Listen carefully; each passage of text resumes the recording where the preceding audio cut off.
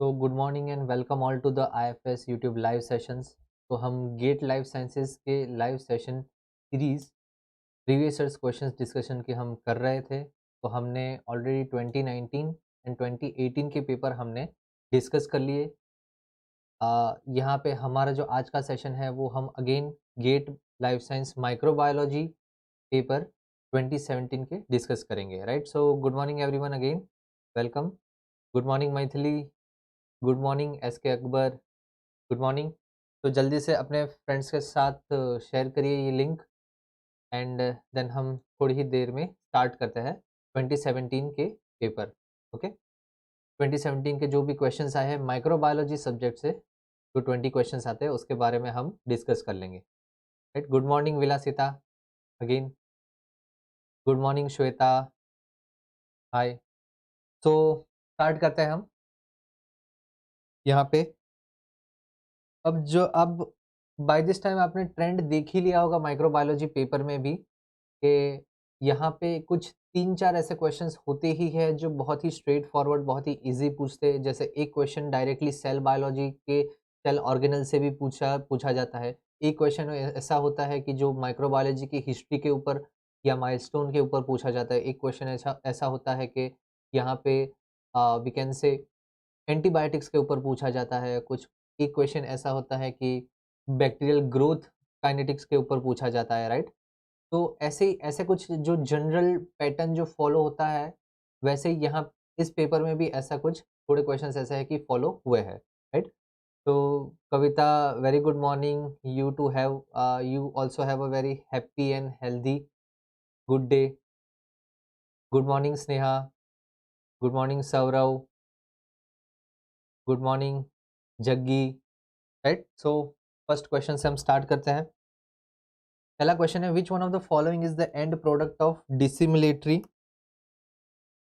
Sulphate reduction by sulphate reducing bacteria. तो dissimilatory sulphate reduction एक type का anaerobic respiration है जहां पे टर्मिनल एक्सेप्टर जो रहेगा, टर्मिनल इलेक्ट्रॉन एक्सेप्टर वो सल्फर रहेगा। तो यहाँ पे आप भी साथ साथ में क्वेश्चन के आंसर देते रहिएगा। तो यहाँ पे तो चलो मैंने डायग्राम रख ही दिया है, तो डायग्राम में आपको पता चल जाएगा कि what will be the end product of this dissimilatory sulphate reduction. Yes Shweta, Asthana, correct, A is the answer. Good morning Jyoti, good morning Suman, good morning Bhaskar, yes Vilasita, correct, A is the answer. Hydrogen sulphide is the end product of the dissimilatory sulphate reduction, जो कि एक type का anaerobic respiration है, ठीक है। So you can see this is the end product after the dissimilatory sulfate reduction. Okay.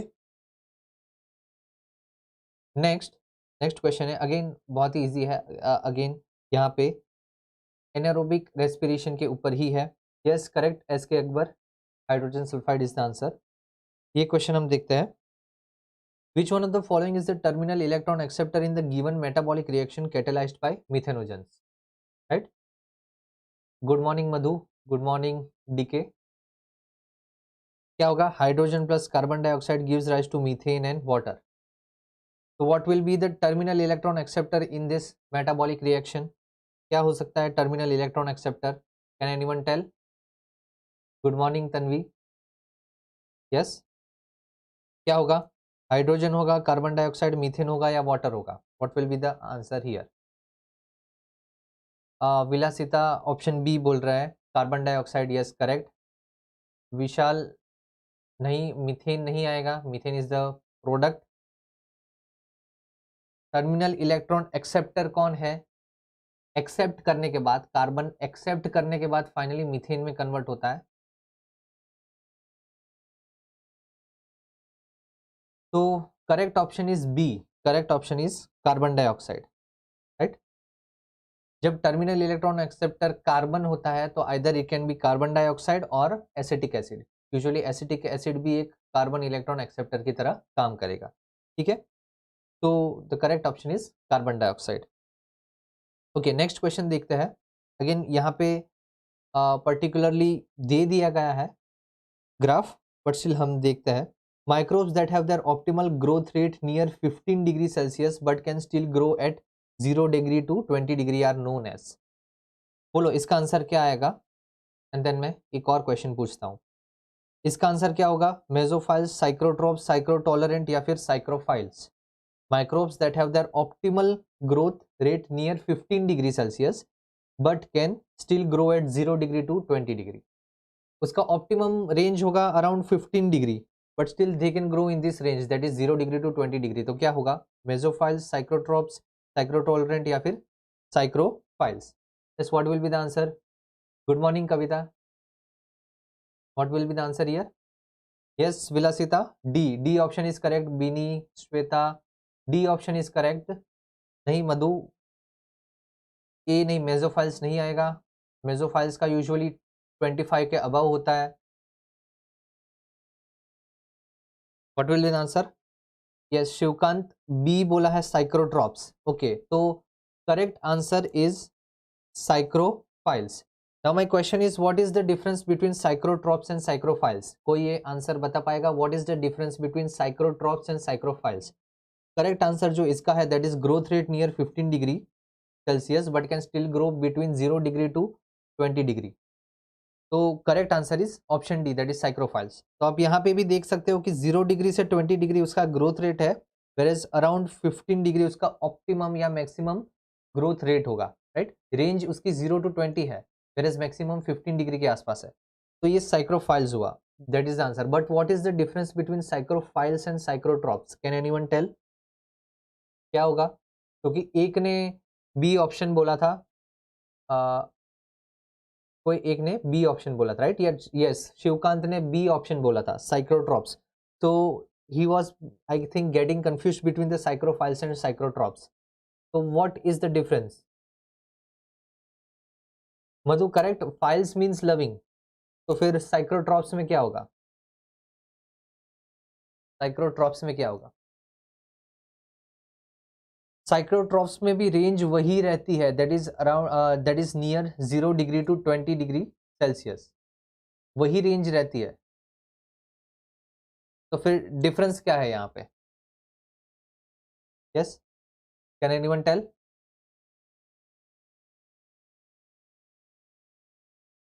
Yes, they are cold loving, that is correct.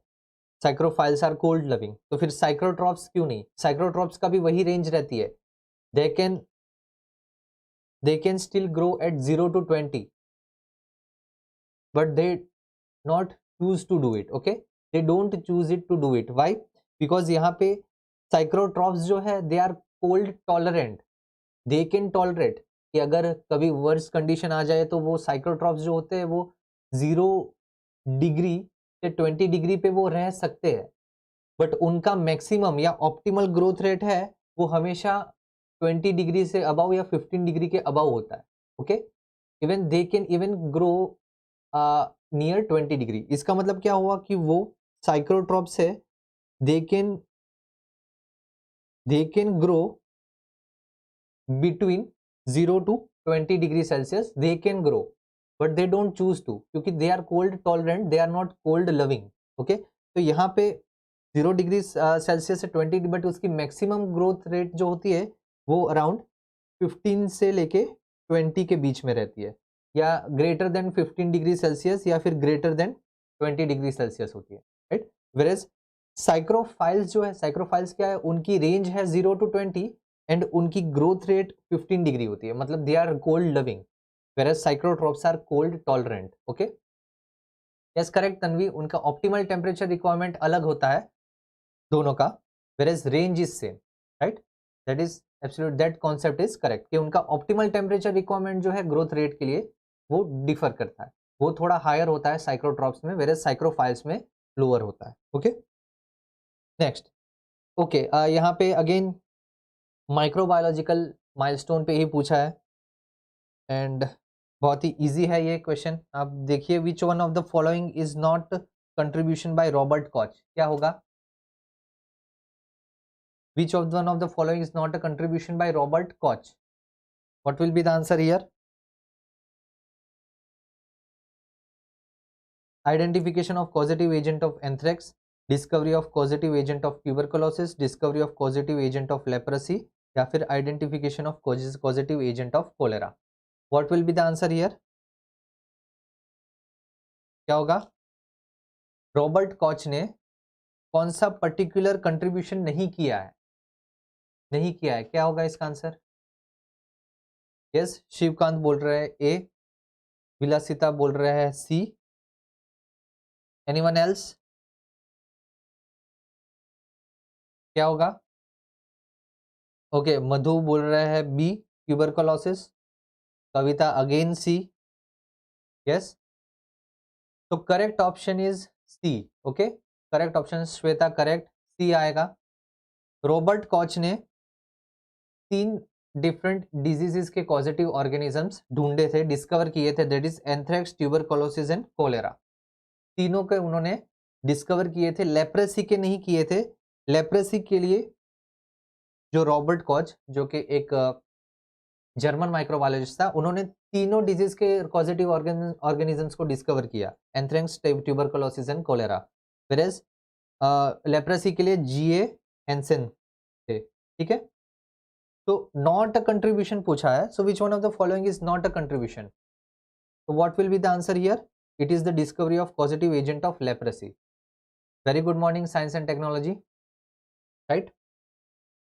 तो आपको again ये डायरेक्टली स्ट्रेट फॉरवर्ड ही पूछा है, आपको ये याद रखने ही पड़ेंगे, तो इसलिए आप माइक्रोबायोलॉजी से रिलेटेड जितने भी अब हमने अभी तक 3 पेपर तो डिस्कस कर ही लिए, राइट? 19, 2018 एंड 2017 अभी कर रहे हैं, तो आपको इतना तो पता चल गया कि माइक्रोबायोलॉजी के हिस्ट्री एंड माइलस्टोन से पूछे जाते हैं, तो आप ये भी ठीक से करिएगा, राइट? तो GA Hansen is the answer, correct option is C. Robert Koch ने लेप्रेसी के कॉजेटिव ऑर्गेनिज्म को डिस्कवर नहीं किया था। ओके, नेक्स्ट, बहुत ही इजी क्वेश्चन है। Unicellular eukaryotic organisms belong to which one of the following kingdoms of classification? Unicellular eukaryotic पूछा है, ये 11th स्टैंडर्ड का क्वेश्चन है, राइट? यूनिसेल्युलर यूकैरियोट मोनेरा क्या है? तो वो यूनिसेल्युलर प्रोकैरियोटिक है। प्लांटे क्या है? तो वो मल्टी सेल्यूलर यूकैरियोटिक है, एंड एनिमल भी मल्टी सेल्यूलर यूकैरियोटिक है, करेक्ट? तो यूनिसेल्युलर यूकैरियोटिक कौन क्या होगा? प्रोटिस्टा होगा, आप देख सकते हो, eukaryotic unicellular, right? So the correct option is protista, ज्यादा इसमें कुछ एक्सप्लेनेशन नहीं है। यस करेक्ट, सी सुमन करेक्ट, सी ऑप्शन आएगा। बहुत ही इजी क्वेश्चन ये पूछा था, में आराम से आप 1 मार्क तो स्कोर कर ही लोगे, right? Protista is the answer.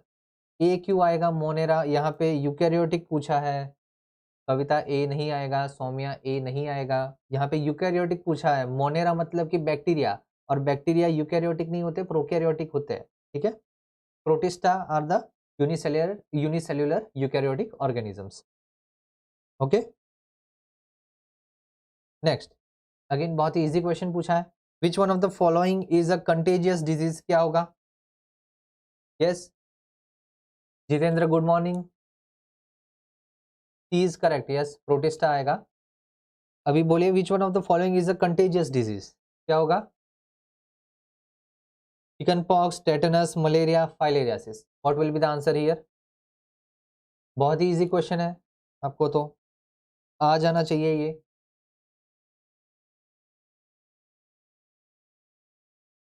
क्या होगा? चिकन पॉक्स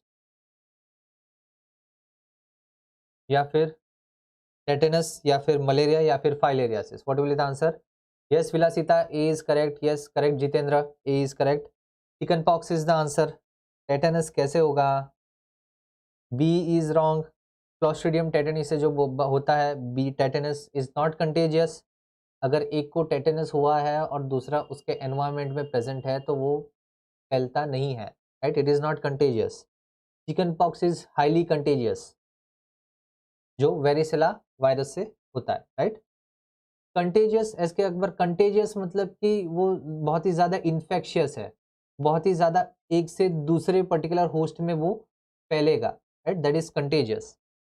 तो अगर किसी को चिकन पॉक्स हुआ है एंड कोई दूसरा अगर हेल्दी पर्सन उसके कांटेक्ट में है, नॉट इवन कांटेक्ट, अगर जस्ट उसके एनवायरनमेंट में भी है, उसके जस्ट एडजेसेंट भी है, तो वो कंटेजियस है, तो वो फैलेगा, ठीक है? टेटनस, मलेरिया एंड फाइलेरियासिस फैलता नहीं है। Yes, spreading is also correct Shweta, spreading जो हम बोलते हैं स्प्रेड होना, चिकन पॉक्स बहुत ही ज़्यादा स्प्रेड होते हैं। तो chicken pox is the answer. Next, again बहुत ही इजी क्वेश्चन। देखो आप सेल बायोलॉजी के ऊपर एक क्वेश्चन पूछता है सेल ऑर्गेनल्स के ऊपर, और आपने देखा ही है हमने 2019 के पेपर में, 2018 के पेपर में, ऐसे ही 2017 के पेपर में एक वापस इजी क्वेश्चन आया है। The inner mitochondrial membrane comprises of series of folds known as, अब डायग्राम में तो देख ही लिया है क्या होगा। The inner mitochondrial membrane, right, दो मेम्ब्रेन होती है, outer and inner mitochondrial membrane. It the inner membrane comprises a series of folds known as what? It known as cristae. में ज़्यादा कुछ समझाने जैसा, एक्सप्लेन करने जैसा नहीं है। It is clear cut answer है, दैट इज क्रिस्टे। ओके, तो ऐसे ही आप बहुत ही बेसिक सेल ऑर्गेनल या सेल बायोलॉजी के बारे में भी आप अगर पढ़ोगे तो इससे ये क्वेश्चंस तो आपके बन ही जाएंगे। यस एवरीवन करेक्ट, ए आएगा answer. Science and technology C नहीं आएगा, आई कैन अंडरस्टैंड। सिस्टर्न्स जो होते हैं, सिस्टर्न्स एंड क्रिस्टे में कंफ्यूज हो जाते हैं। Cisterns is different.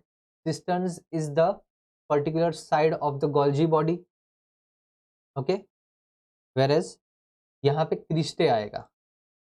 Okay, next, अब ये थोड़ा बोल सकते हैं थोड़ा डिफिकल्ट है। Which one of the following antibiotic is not produced by Streptomyces species, क्या आएगा? It is not produced by Streptomyces species. तो यहाँ पे थोड़ा नॉलेज होना चाहिए, अगेन जो हार्डकोर माइक्रोबायोलॉजी से है, माइक्रोबायोलॉजी बैकग्राउंड से है, because this is for GATE life science, right.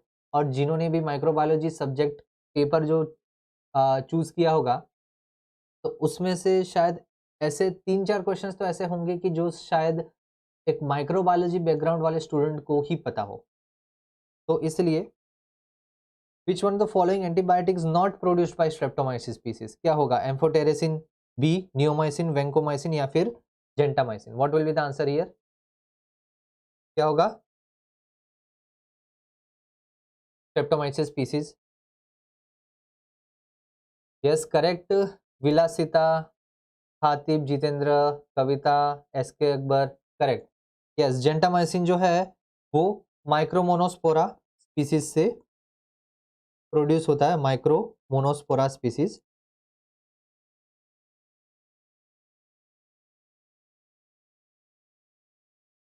Okay, बाकी के जो तीनों हैं वो कोई ना कोई स्ट्रेप्टोमाइसिस स्पीसीज प्रोड्यूस कर ही देती है। एम्फोटेरिसिन बी, नियोमाइसिन या वेंकोमाइसिन। यस करेक्ट, डी, जिन्होंने भी डी बोला correct, very good. Gentamicin is the answer, जो कि माइक्रोमोनोस्पोरा स्पीसीज से होता है। ओके, तो ऐसे कुछ 3-4 क्वेश्चंस तो ऐसे 20 में से 3-4 तो ऐसे होंगे ही कि ओके माइक्रोबायोलॉजी स्पेसिफिक ही पूछे जाते हैं, बाकी काफ़ी सारे ऐसे हैं कि जनरली सबको आते ही है। जैसे ये क्वेश्चन देख लो, which one of the following statement is true about MacConkey agar medium, क्या आएगा आंसर? ये अगेन थोड़ा ट्रिकी है, ज़्यादा कुछ इसमें है नहीं, थोड़ा ट्रिकी है। Which one the following statement is true about मैकोंकी agar medium? Mac agar medium is a selective and differential medium for gram positive bacteria. Mac agar medium is a selective and differential medium for gram negative bacteria. Mac agar medium is an enriched medium for gram positive bacteria, and Mac agar medium is a synthetic medium for gram positive and gram negative bacteria. What will be the correct answer here? Yes, कौन बताएगा? Yes, Kavita correct, streptomycin, amphotericin B, neomycin and vancomycin को करता है। Yes okay, Jitendra and विलासिता का option है B, that is correct option, very good. Mac agar medium जो है वो both selective and differential media है ग्राम नेगेटिव के लिए। Yes everyone correct, Khatib, yes, Kashmira, Apoorva, हैना, Tanvi, correct, everyone correct. B option is correct, Mac agar medium जो है वो सिलेक्टिव है as well as differential media है from Gram for Gram negative bacteria. Selective होना एंड डिफरेंशियल में, can anyone tell me the difference? What is the difference between the selective and differential? क्योंकि ये selective differential media वाला एक question 2018 के paper में भी आया था, राइट? वो एक कॉन्सेप्ट बेसिक पता होना चाहिए, बेसिक कॉन्सेप्ट क्या है इसका, सिलेक्टिव एंड डिफरेंशियल का। Yes everyone correct, very good, B is the correct option. Rahul, Shweta, Santu, Robert, Sonal, correct. So tell me the difference between selective media and differential media. और यहाँ पे तो मैक अगर दोनों काम कर रहा है, सिलेक्टिव का भी काम कर रहा है और डिफरेंशियल का भी काम कर रहा है, तो क्या होगा डिफरेंस इसमें? और वो सिर्फ ग्राम नेगेटिव बैक्टीरिया है, तो फिर ग्राम पॉजिटिव कहाँ पे गया, right? Just can anyone tell me? Mac agar medium, हमने ये तो चलो बोल दिया भाई, B is the correct option, सभी ने बोल दिया, ऑलमोस्ट सभी ने बोल दिया, that is correct. Madhu selective में, अच्छा सिलेक्टिव मतलब पर्टिकुलर को ग्रो करेगा, okay. Vilasita Madhu both are correct, yes very good. Selective मतलब कि पर्टिकुलर को ही ग्रो करवाएगा, उसको ही वो सिलेक्ट करेगा। इसका मतलब कि मैक अगर मीडियम है वो ग्राम नेगेटिव के लिए सिलेक्टिव है। इसका मतलब कि अगर पर्टिकुलर दो जो gram negative and gram positive अगर दोनों मीडिया को ग्रो करवाया जाए तो ग्राम पॉजिटिव उसमें ग्रो नहीं होगा, सिर्फ ग्राम नेगेटिव ही ग्रो होगा। देयरफॉर मैक अगर is selective for Gram negative. And what is difference between sorry, and what is the meaning of differential? Yes, differential, मधु ने बोला differential means that it will differentiate between two species in media, okay। Tanvi Patil ने और ज्यादा बोल दिया है कि differential between lactose fermenter and non fermenter, और ज्यादा एक्यूरेट डिस्क्रिप्शन है Tanvi, correct, yes very good. Differential का जनरल मतलब है कि जो भी दोनों उनके पर्टिकुलर ट्रेड्स होते हैं, जो दो डिफरेंट स्पीसीज होती है ग्रुप की, वो दोनों स्पीसीज को डिफरेंशिएट करना, आइदर बाय द फेनोटिपिक एक्सप्रेशन या फिर फेनोटिपिक ऑब्जर्वेशन से हम उसको डिफरेंशिएट कर पाते हैं कि ओके ये लैक्टोज फर्मेंटर है, ये लैक्टोज नॉन फर्मेंटर है। जैसे कि तन्वी ने बोला ये लैक्टोज नॉन फर्मेंटर और फर्मेंटर के बीच में ये मैक अगार जो है वो डिफरेंशिएट करेगा। अगर लैक्टोज नॉन फर्मेंटर है तो वो येलोइश ही रहेगा, अगर लैक्टोज फर्मेंटर होगा तो वो कॉलोनीज पिंक हो जाएगी, ठीक है, राइट। तो इसीलिए यस करेक्ट है ना, correct everyone, yes Shamak correct. Selective which allow growth of specific microbe and differential allow growth of both but clearly separated on basis of indicator, exactly, बहुत ही specific answer है, yes correct everyone, so good। तो यहाँ पे यही है कि it is both selective and differential media, जहाँ पे selective वो किसको select करेगा, सिर्फ ग्राम नेगेटिव को करेगा, और ग्राम नेगेटिव में भी वो दोनों को डिफरेंशिएट करेगा कि कौन सा लैक्टोज फर्मेंटर और कौन सा लैक्टोज नॉन फर्मेंटर है, okay, yes correct Jitendra, help of colours everyone, अभी काफ़ी स्पेसिफिक आंसर्स आए, I am glad, right. So next अभी देखते हैं, अगेन ये भी इजी क्वेश्चन है, खास करके चलो ये तो जनरल क्वेश्चन ही है, माइक्रोबायोलॉजी बैकग्राउंड से कोई हो ना हो बट ये तो जनरल क्वेश्चन ही है। As an antiseptic alcohol is effective against, अभी सभी सैनिटाइजर यूज कर रहे हैं तो अभी बोलो क्या होगा, it is effective against what, bacteria and non enveloped virus, bacterial endospores and fungi, bacteria and fungi, या फिर फंगाई और fungi and non enveloped virus, what will be the answer here? Yes what will be the answer here?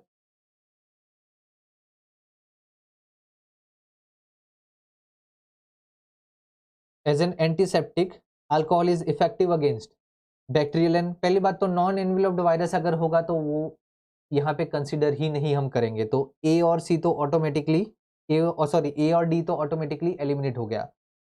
Now only B and सी रहा है, bacterial endospores and fungi या फिर bacteria and fungi, what will be the answer? A and D तो नहीं आएगा, non enveloped virus तो जरा भी नहीं आएगा, अल्कोहल नॉन एनवेलप्ड वायरस को कुछ नहीं करेगा, अगर एनवेलप ही नहीं है वायरस में मतलब कि वो सिर्फ उसका न्यूक्लिक एसिड है, तो A is not the answer. जहां पे भी नॉन एनवेलप्ड रखे वहां पहले ही एलिमिनेट कर दो। What about between B and C? A सभी क्यों बोल रहे, ए नहीं आएगा, it will be either between B and C, yes Shamak, C is correct. Alcohol is not effective against, it is not effective against bacterial endospores. Alcohol is only effective against bacteria and fungi. ठीक है, answer is C, alcohol is effective against bacteria and fungi. Okay yes, अभी सबने बोला C, okay yes C is the answer. B जिसने भी बोला, मैं बता दूं बैक्टीरियल एंडोस्पोर्स से कोई फर्क नहीं पड़ता है, सॉरी अल्कोहल से कोई फर्क नहीं पड़ता है बैक्टीरियल एंडोस्पोर्स को, ओके ठीक है। ये क्वेश्चन आप देखिए, an antigen X was injected an antigen X was injected into the rabbit for the first time at time P. Time P पे उन्होंने पहली बार एंटीजन एक्स को इंजेक्ट करवाया। Then the rabbit was given a booster dose of X at time Q. Booster dose वापस दे दिया, मतलब वही सेम है, एंटीजन एक्स का बूस्टर डोज दे दिया एट टाइम क्यू, मतलब एक वैक्सीन की तरह यहाँ पे कुछ दिया है, राइट। यस मुकू, आपने सी बोला होगा, तो राइट, करेक्ट, बोलो। An antigen X was injected into a rabbit for the first time at time P. Then the rabbit was given a booster dose of X at time Q. Which one of the following figures accurately depicts the adaptive immune response? Adaptive immune response की यहाँ पे बात हो रही है by the rabbit against X.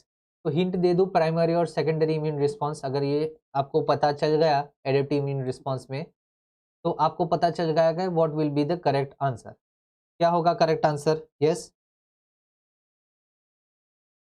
Okay, शमाक बोल रहे हैं ए, मधु बोल रहे हैं डी, प्रतिभा ए, कविता वर्मा ए।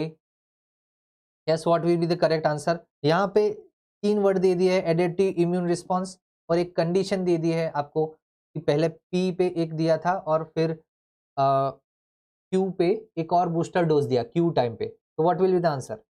और मैंने हिंट तो दे ही दी है, primary and secondary immune response.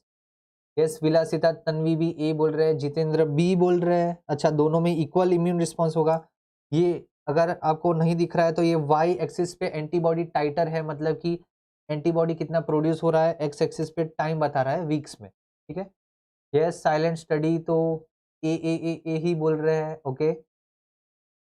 Rahul Raj बोल रहे हैं बी बी बी, कि दोनों में हम बूस्टर डोज भी दे फिर भी हमें इक्वल इम्यून रिस्पॉन्स ही देखने को मिलेगा। इम्यून रिस्पॉन्स यहाँ पे हम किस वे में मेजर कर रहे हैं, तो in the form of antibody titer, ठीक है। क्या होगा आंसर? सुमन राठौर बोल रहे हैं A, right. So correct answer is A, the first one. क्यों? क्योंकि यहाँ पे प्राइमरी इम्यून रिस्पॉन्स हमेशा लो रहता है, वेयर सेकेंडरी इम्यून रिस्पॉन्स में एंटीबॉडी हमेशा ज्यादा बनती है, राइट। प्राइमरी इम्यून रिस्पॉन्स में इतनी ज्यादा नहीं बनेगी, बट जैसे ही हमने टाइम क्यू पे सेकेंड बूस्टर डोज एक दे दिया, एक बूस्टर डोज एक्स का, तो सेकेंडरी इम्यून रिस्पॉन्स और ज्यादा एनहांस्ड होगी, राइट, और ज्यादा इफेक्टिव होगी, तो देयरफॉर एंटीबॉडी टाइटर उसमें ज्यादा बनेगा। तो first is the A is the correct answer, okay. Next देखते हैं, a bactericidal agent X is added after 3 hours of growth of a bacterial culture. Following the addition of X, the bacterial growth was measured using the standard plate count method till 24 hours. ठीक है, तो it is a bactericidal agent X is added after 3 hours. 3 hours के बाद उन्होंने add किया और फिर finally उनको एक पर्टिकुलर टाइम इंटरवल्स में bacterial growth was measured using the standard plate count method till 24 hours. तो 3 आवर्स से लेकर 24 आवर्स तक उन्होंने स्टैंडर्ड प्लेट काउंट मेथड से उन्होंने यहाँ पे पर्टिकुलरली मेजर किया बैक्टीरियल ग्रोथ को। तो विच one of the following figure is the most accurate representation of action of x? What will be the most accurate representation of action of x? क्या हो जाएगा ज्यादा, सबसे ज्यादा अप्रोप्रिएट क्या होगा इन चारों में से? Yes, can anyone tell? Okay, Vikas Gill पहले ए बोल रहे हैं फिर बी बोल रहा है, गेस आप दो अलग क्वेश्चन की यहाँ पे शायद बात कर रहे होंगे। अपूर्वा बोल रहे हैं बी, विलासिता बोल रहे हैं ऑप्शन बी। ये जो क्वेश्चन ऑप्शन बी बोल रहे हैं, यस। यहाँ पे आपको एक्स वाई एक्सिस बता दूं, नंबर ऑफ बैक्टीरियल सेल्स है, वाई एक्सिस पे नंबर ऑफ बैक्टीरियल सेल्स यहाँ पे दिख रहा है, whereas एक्स एक्सिस पे है time in hours. What will be the answer here? Which one of the following figure is the most accurate representation of action of X? B answer, okay, अभी सब बोल रहे हैं B2 करेक्ट। यस, सिंपल सी बात है, यहाँ पे बैक्टीरिसिडल agent बोला है, बैक्टीरियोस्टैटिक एजेंट नहीं बोला है, तो ऑब्वियसली उसको स्टेशनरी फेज में नहीं रखेंगे, राइट। बाकी सारे आप देखो कहीं ना कहीं स्टेशनरी फेज पे जा रहे हैं, बट बैक्टीरिसिडल है मतलब कि वो लिटरली किल करेंगे उसको, तो अगर वो किल करेंगे तो यहाँ पे ऑब्वियसली सेकंड ही आना चाहिए, वापस ग्राफ डाउन होना चाहिए, जो बैक्टीरियल नंबर है वो डाउन होना चाहिए। ये बैक्टीरियोस्टैटिक एजेंट नहीं है, बैक्टीरिसिडल एजेंट है। बहुत ही इजी क्वेश्चन है। ओके। सो स्टेशनरी फेज वाला कोई भी पर्टिकुलर ग्राफ नहीं आएगा क्योंकि ये बैक्टीरियोस्टैटिक नहीं है। ओके, नेक्स्ट देखते हैं, match the disease given. Again यहाँ पे एक क्वेश्चन पूछा था जो हर बार पूछते ही है, वैसे ही यहाँ पे पूछा, match the disease given in group 1 with their positive agents from group 2। Yes Robert, correct, graph is first increase and then decrease. ये ऑप्शन बी आएगा। नहीं सोनल, ऑप्शन बी आएगा, डी नहीं आएगा, जैसे मैंने बोला स्टेशनरी फेज नहीं होता है।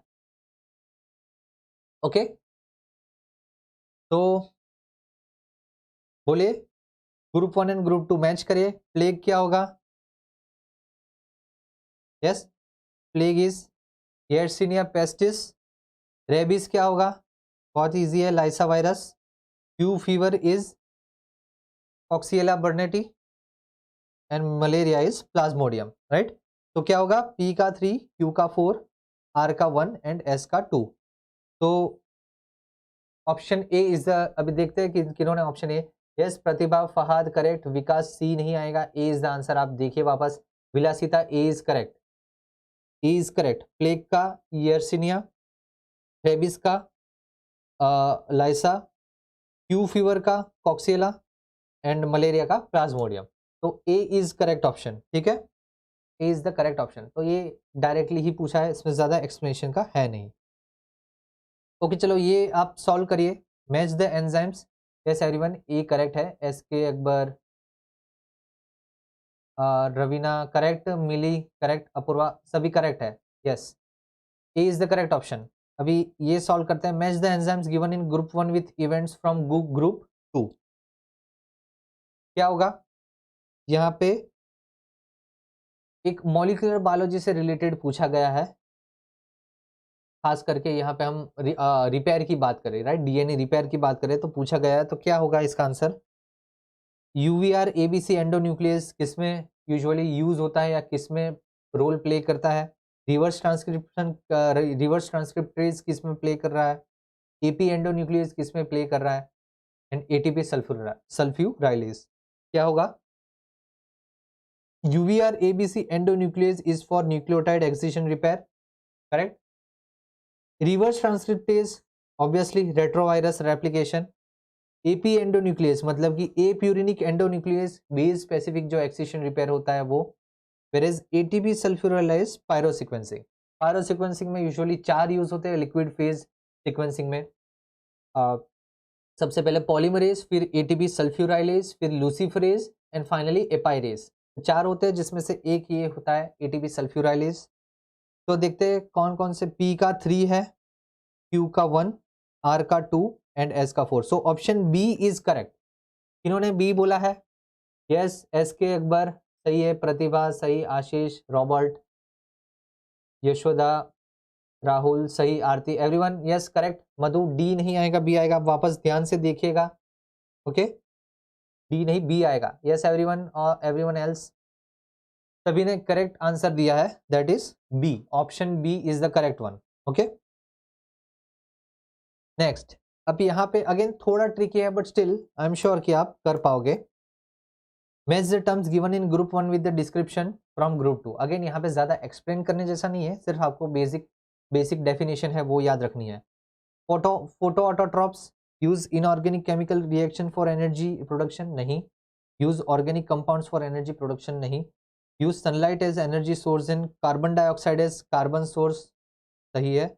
Whereas use sunlight as energy source in organic compounds as carbon source, no. Photo autotrophs का आएगा 3, ओके, पी का आएगा 3। What about chemo autotrophs? They use inorganic chemical reactions for energy production, Q का 1 सही है। अगर P का 3 सही है, Q का 1 सही है, तो पहली बात तो अगर P का 3 आपने देख लिया तो बाकी के सारे एलिमिनेट हो जाएंगे ऑटोमेटिकली, राइट। अगर आपको एक भी पता है, यहाँ पे आप ये भी देख लो, अगर आपको एक भी पता है photo autotrophs, photo autotrophs again 11th standard का ये कॉन्सेप्ट है, ज़्यादा कुछ है नहीं। फोटो ऑटोट्रॉप्स आपको एक भी चीज़ पता है, that is use sunlight as energy source and carbon dioxide as carbon source, तो यहाँ पे P का आ जाएगा 3 ऑप्शन। तो A, C and D automatically eliminate हो गए, तो यहाँ पे B आएगा। Okay yes Rahul, B correct everyone, जिन्होंने भी बी बोला सही है, बाकी आप ऑटोमेटिकली एलिमिनेट कर लो, इसमें ज़्यादा कुछ है नहीं, सिर्फ एक आ गया that is also enough. Where chemo autotrophs का आएगा use inorganic chemical reactions for energy production. Photo heterotrophs का क्या आएगा, use sunlight as energy source and organic compound as carbon source, where chemo heterotrophs का use organic compounds as energy production. Okay, तो यहाँ पे B is the correct option, right. चलो ये भी बहुत इजी है, आप देखिए 1 ml of sample of a bacterial culture was serially diluted to 10 raised to 5 times and 46 colonies were obtained after plating this diluted sample on an agar medium। तो एक particular sample को 10 raised to 5 टाइम्स डाइल्यूट किया और फिर dilute करने के बाद जब भी प्लेटिंग में कॉलोनी काउंट की तो 46 colonies were obtained। After dilution, once the plating was done, 46 colonies were obtained, right? तो यहाँ पे the number of cells present पर ml in the undiluted original sample पर क्या होगा, the number of cells present पर ml in the undiluted original sample में कितना होगा, 10⁵ टाइम्स डाइल्यूट किया है, ज्यादा इसमें कुछ है नहीं, 46 into 10⁵, that will be the answer. Okay, इसमें ज्यादा कुछ है नहीं। यूजुअली सीरियली डाइल्यूट जब हम करेंगे, एक के बाद एक जब हम सीरियल डाइल्यूशन करेंगे, सीरियल डाइल्यूशन के बाद फाइनली अगर 46 कॉलोनीज मिल रही है तो ओरिजिनली कितनी मिल डाइल्यूशन जब नहीं हो रहा था तो ओरिजिनल सैंपल में कितनी थी, तो that will be 46 into 10⁵। Okay, 46 into 10⁵ is the answer. That means के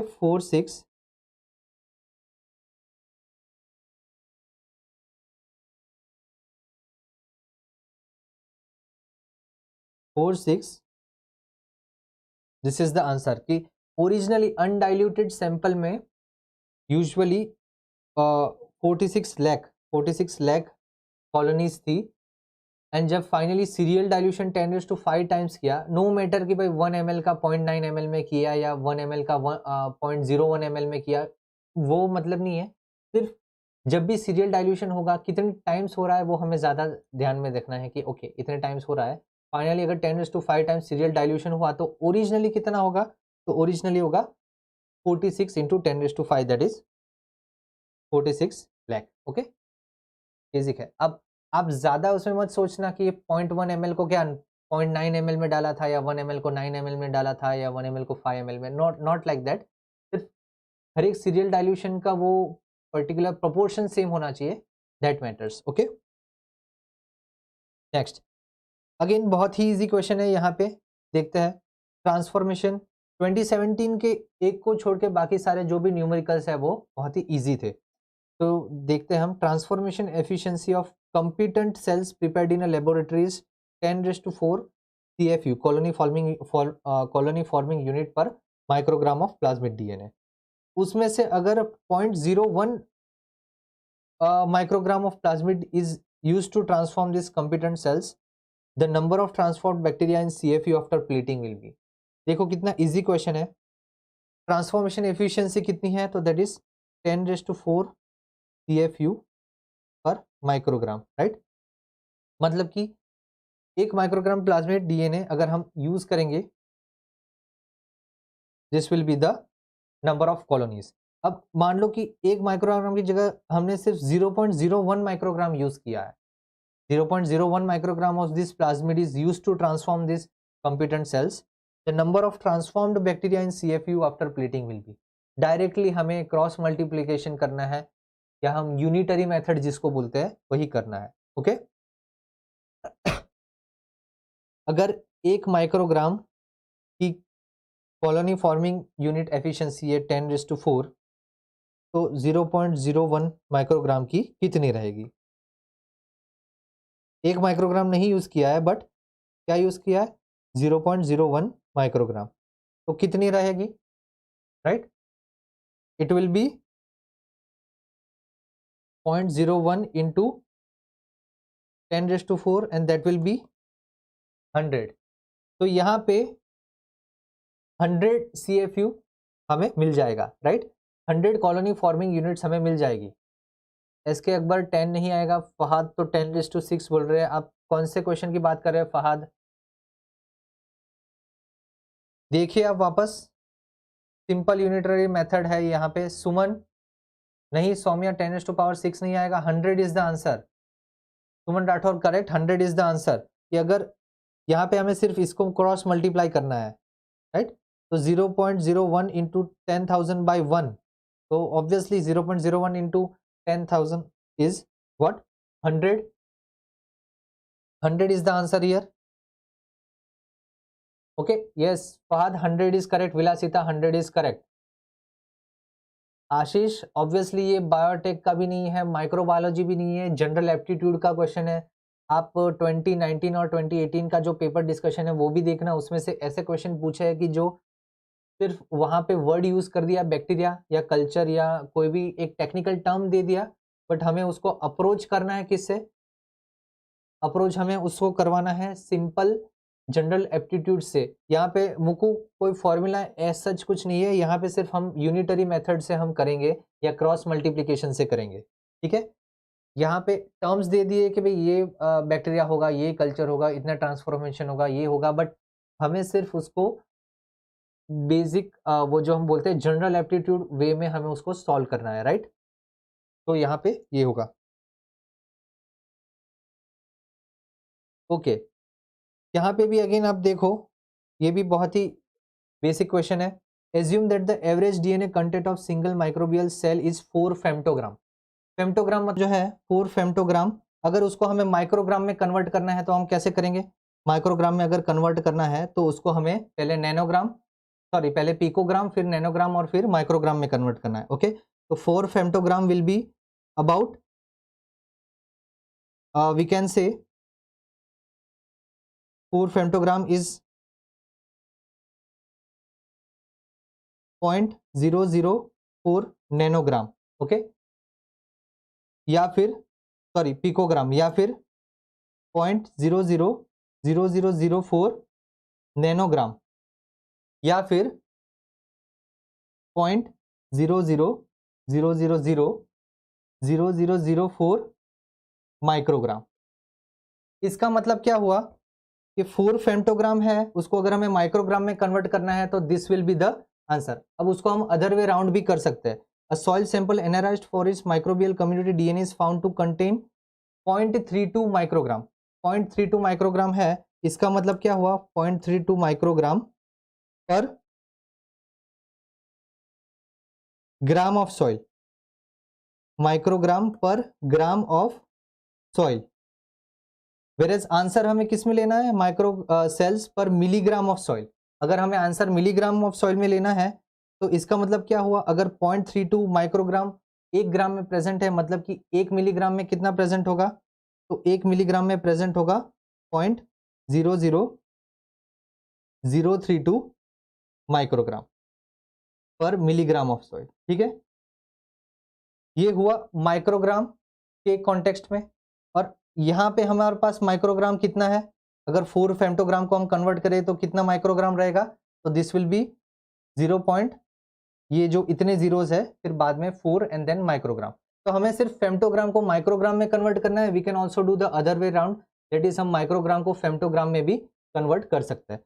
अगर हम माइक्रोग्राम को फेम्टोग्राम में कन्वर्ट करें और फिर उसको हम डिवाइड बाय 4 कर दे तो finally we will get the answer and that is 80,000। आप सॉल्व करिए, आप सॉल्व करिए तो आपको 80,000, यस विलासिता करेक्ट, 80,000 आएगा, राइट।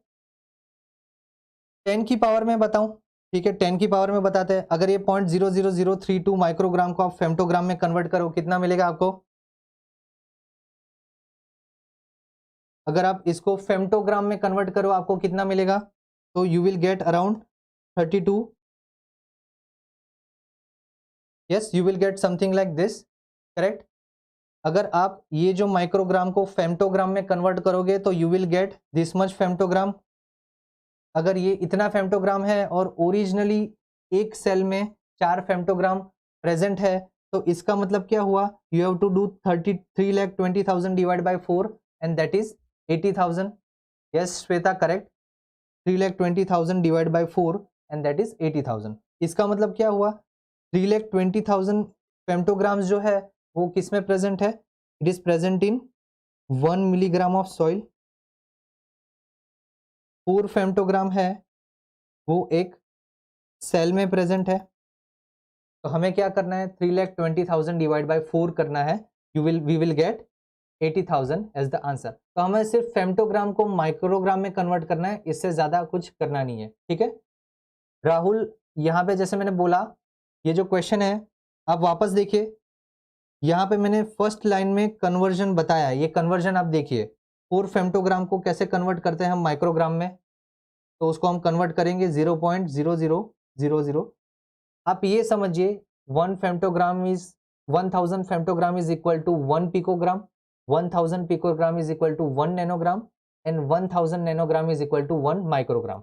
तो आपको सिर्फ इतना करना है, फेम्टोग्राम को माइक्रोग्राम के उसमें कन्वर्ट करना है। इतना आप कन्वर्ट करेंगे तो आपको आंसर मिल जाएगा, क्योंकि यहाँ पे क्वेश्चन दिया है in the terms of microgram और सेल के अंदर का जो कंटेंट है that is in the terms of femtogram. तो जो फेम्टोग्राम है वो 4 फेम्टोग्राम है, वेरएज यहाँ पे जो माइक्रोग्राम है डीएनए, और वी कैन से जो सॉइल के अंदर जो डीएनए प्रेजेंट है वो माइक्रोग्राम के कॉन्टेक्स्ट में। ठीक है, तो आपको either you can convert femtogram into microgram या फिर you can convert the microgram unit into femtogram. ये आप कर लोगे, ये अब जो फर्स्ट लाइन है वो उससे आप सॉल्व कर लोगे तो आपको मिल जाएगा कि 1 mg ऑफ सॉइल में 32,000 फेम्टोग्राम है, सॉरी 3,20,000 फेम्टोग्राम प्रेजेंट है, और एक सेल में 4 फेम्टोग्राम प्रेजेंट है। इसका मतलब क्या हुआ कि 3,20,000 डिवाइड बाय 4 हमें करना है, तो we will get the number of cells and that is equal to 80,000।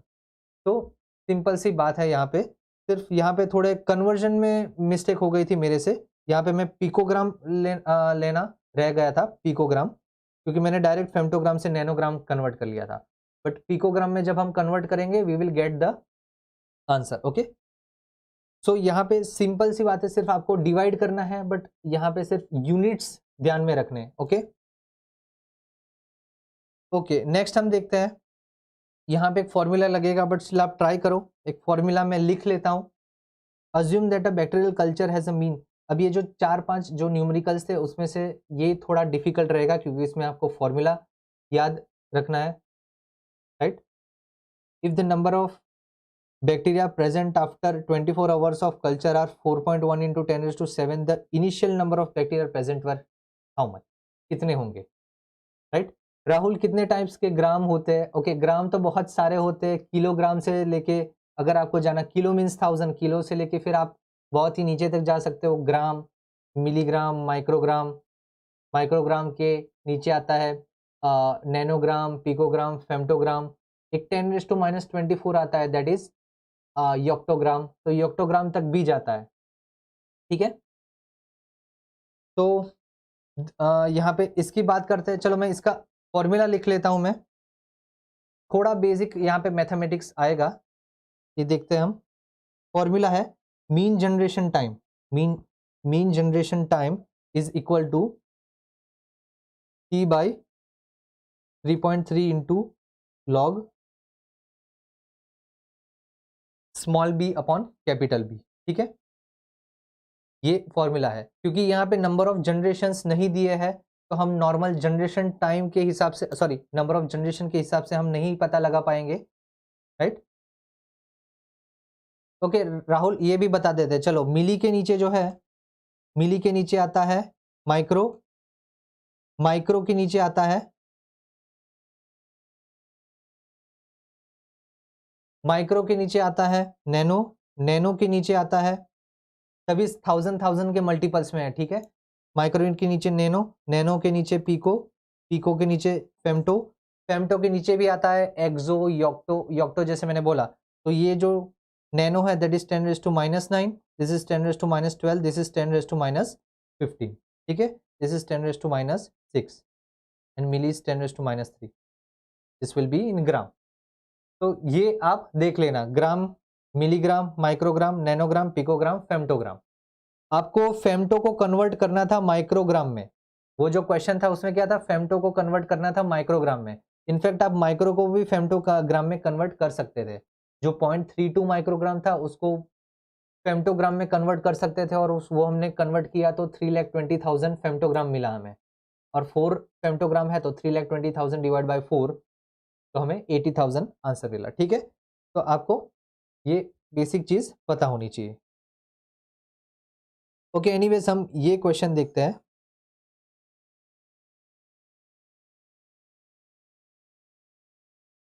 ये क्वेश्चन हम देखते हैं। यहां पे जी जो है, G is the generation time, okay.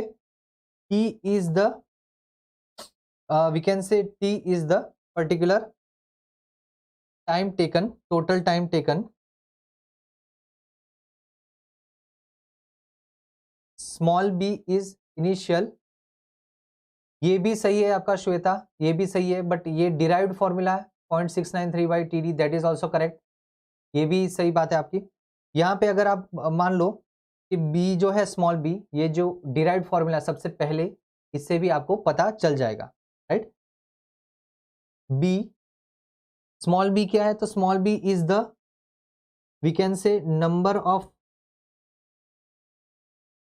Bacteria या number of okay bacteria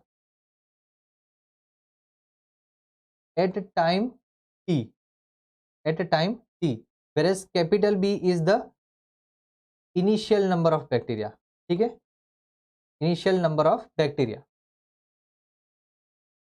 initial number of bacteria। अब इससे आप अगर सॉल्व करोगे तो भी आपको आंसर मिल जाएगा, यस, इससे आप सॉल्व करोगे तो भी आपको आंसर मिल जाएगा, आपको अराउंड 10,000 आंसर मिलेगा। चलो इससे ही अब सॉल्व करके हम ट्राई करते हैं। What is G, G is 2 hours.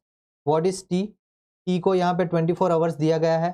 What is 3.3 into log small B क्या है, number of bacteria at time T, number of bacteria at time T is given 4.1 into 10⁻⁷, 4.1 into 10⁻⁷ at time T upon capital B, that is initial number of bacteria. क्या रहेंगे, initial number of bacteria, ये हमें नहीं पता है तो उसको हम कैपिटल बी ही रखते हैं, क्योंकि यहाँ पे वही तो जानना है, करेक्ट, वही तो हमें पता होना चाहिए कि what is the initial number of bacteria. अब इसको आप सॉल्व करो 12, सो यहाँ पे log 4.1 into 10⁻⁷ upon B is equal to 12/3.3। ये आप सॉल्व करोगे तो फाइनली आपको क्या मिलेगा, लॉग 4.1। चलो इससे सॉल्व भी कर लेते हैं। आपने ये अगर लिख लिया हो तो यहाँ पे मैं रब कर रहा हूं, फिर हम सॉल्व करते हैं इसको, ठीक है, स्टेप बाय स्टेप सॉल्व करते हैं कि कैसे हो जाएगा।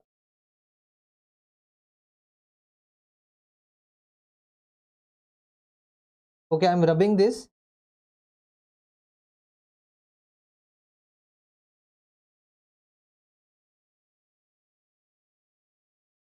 अभी इसको हम सॉल्व करते हैं, ठीक है।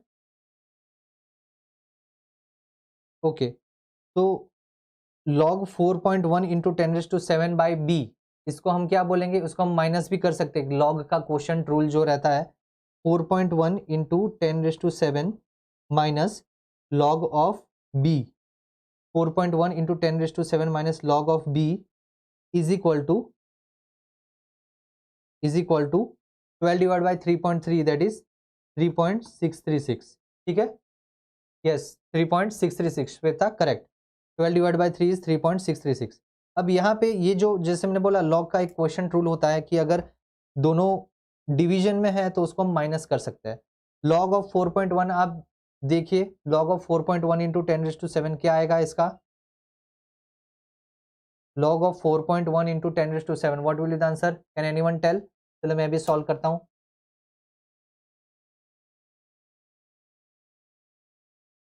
log of 4.1, वहां पे आपके पास कैलकुलेटर होगा ही, into 10⁻⁷, okay, that is 7.61। log of 4.1 into 10⁻⁷ is 7.61 minus log b is equal to 3.636, okay, 7.61 minus log B is equal to 3.636। यहाँ पे log B is equal to, अब माइनस करना है आपको, रीअरेंज करना है, तो रीअरेंज करने से आपको क्या मिलेगा, 7.61 माइनस 3.636। ओके, 7.61 माइनस 3.636,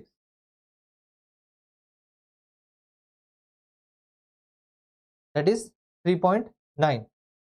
3.97 आपको मिल रहा है। इसका मतलब क्या, you are getting log B is equal to 3.97 और अराउंड 4 मान के चलते हैं, क्योंकि इससे हमारा काम इजी हो जाएगा।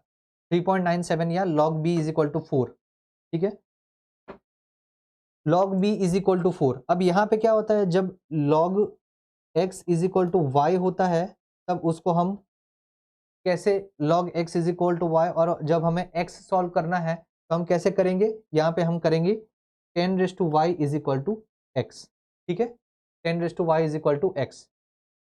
3.97 correct. Just for our convenience हम 4 ले लेते हैं, क्योंकि log को जब हम 4 लेंगे तब हमें आंसर मिल जाएगा। तो जब log x is equal to 4 लेंगे, इसको हम कैसे हम रिप्रेजेंट कर सकते हैं, 10 raise to 4 is equal to x। तो हमारे पास क्या आंसर आया, 10 रेज टू 4 आया answer. Sumaiya Khan good morning, अभी हम ऑलमोस्ट लास्ट क्वेश्चन पे हैं और आप अभी ज्वाइन हो रहे हो। यस, आप देखिए log b क्या हुआ, 3.97 जिसको हमने फॉर आवर कन्वीनियंस 4 ले लिया, 3.97 से भी आंसर थोड़ा बहुत नियर आ जाएगा, राइट। log b हमने 4 ले लिया। अब जैसे हमने बोला कि log x is equal to y अगर होगा, तो इसका मतलब क्या हुआ, 10 raise to 5 is equal to x, क्योंकि यहाँ पे हम log हमेशा फॉर द बेस 10 ही लेते हैं, यहाँ पे कोई बेस स्पेसिफाई नहीं किया, तो हम बाय डिफॉल्ट बेस 10 ले लेते हैं। तो therefore 10 raise to y is equal to x। तो यहाँ पे log x अगर 4 है, तो इसका मतलब क्या हुआ, 10 raise to 4 is equal to x। x हमें मिल गया, x क्या था, कैपिटल B, जो कितना था, 10,000। तो फाइनली हमारा आंसर क्या आया, 10,000। एक रेंज दिया गया होता है, उसके अंदर जब आप कोई भी पर्टिकुलर डालोगे तो you will get the answer, and that is 10,000, ठीक है। 10,000, या कभी कभी आप थोड़ा बहुत सॉल्व करोगे 3.97 से या 3.98 से, तो आपको 10,000 की जगह शायद 10,005 या 10,010 मिलेगा, या इवन 9,950 या ऐसा कुछ मिलेगा, जो भी कहने का मतलब, तो थोड़ा बहुत होगा बट एक रेंज में मिलता है। सुमैया, अच्छा नोटिफिकेशन नहीं मिल रहा, सुमैया आप हमारे चैनल के जो सब्सक्राइब बटन है उसके पास में बेल आइकन है, उसको आप क्लिक करिए। Yes Vilasita correct, 10,000 is the answer. आप ये याद रखना, अगर log x is equal to y ऐसा दिया है और हमें x सॉल्व करना है, तो therefore 10 raise to y is equal to x। y कोई भी हो सकता है, यहाँ पे हमारा y क्या है, यहाँ पे हमारा y है 4, तो 10 रेज टू 4 आएगा, ठीक है। यस सुमैया, आप नोटिफिकेशन जो बेल आइकन है उसको आप प्रेस करिएगा। एंड हाँ, कभी कभी यूट्यूब से ये होता ही है कभी कभी, बट एनीवेज हमारा यूजुअली सुबह 10 बजे लाइव ऑलमोस्ट रोज होता ही है, तो आप उसको भूले भी ना, अटेंड करिएगा, ज़्यादा लेट मत करिएगा, ओके। तो मैं रोज लाइव 10 बजे हम रखते हैं, ओके, जहाँ पे हम प्रीवियस क्वेश्चन सीरीज डिस्कस करते हैं, ठीक है। तो ये इसका आंसर हुआ 10,000। तो अगेन जैसे मैंने बोला कि एक रेंज होती है, उससे हम पता लगा सकते हैं। ओके, लास्ट क्वेश्चन है, द मिनिमल इनहिबिटरी कॉन्सेंट्रेशन। अब यहाँ पे इतना बड़ा क्वेश्चन है, बट देखो कितना इजी क्वेश्चन है। The minimal inhibitory concentration of an antibiotic x against Clostridium tetani staphylococcus species Shigella and Streptococcus is 25, 15, 2 and 1 microgram पर ml, ठीक है, रिस्पेक्टिवली, ठीक है। यहाँ पे assuming that the bio available concentration of x, antibiotic x, ठीक है, antibiotic x is in an animal model is 20 microgram पर ml। तो मिनिमल इनहिबिटरी कॉन्सेंट्रेशन क्या होगा, it is the least concentration by which there will be a bactericidal, or we can say bacteriostatic effect, या there will be the stop of the growth of the bacteria, okay। so यहाँ पे assuming that the bioavailable concentration of X in an animal model is 20 microgram, which one of the bacteria may develop resistance against X in the animal model. तो क्या होगा, बहुत ही easy question है। अगर यहाँ पे मिनिमल इनहिबिटरी कॉन्सेंट्रेशन क्लॉस्ट्रिडियम के लिए 25 है, स्टेफाइलोकोकस के लिए 15 है, शिगेलिया के लिए 2 एंड स्ट्रेप्टोकोकस के लिए 1 है। एक एनिमल मॉडल में कॉन्सेंट्रेशन दिया गया है 20 माइक्रोग्राम। तो विच वन ऑफ द फॉलोइंग में डेवलप रेजिस्टेंस, क्या होगा, MIC से जो ज़्यादा होगा, राइट, उस जो पर्टिकुलर MIC या एक अवेलेबल कॉन्सेंट्रेशन है, अगर उससे ज़्यादा MIC होगा वही पर्टिकुलर रेजिस्टेंस डेवलप करेगा। तो obviously the answer will be what, the one having greater than 20 microgram per ml, one having MIC greater than 20 microgram per ml, and that is what, Clostridium tetani। कितना easy question है। yes everyone correct, विलासिता, सुमन, श्वेता, सुमैया, शीतल, correct. तो यहाँ पे हमने सारे questions 2017 के देख लिए। ओके, तो आई होप आपको सभी क्वेश्चन के आंसर सेटिस्फैक्ट्री लगे होंगे। एंड हाँ, वो जो कन्वर्जन वाला था फेम्टोग्राम टू माइक्रोग्राम, अगेन हमें सिर्फ कन्वर्ट करना था।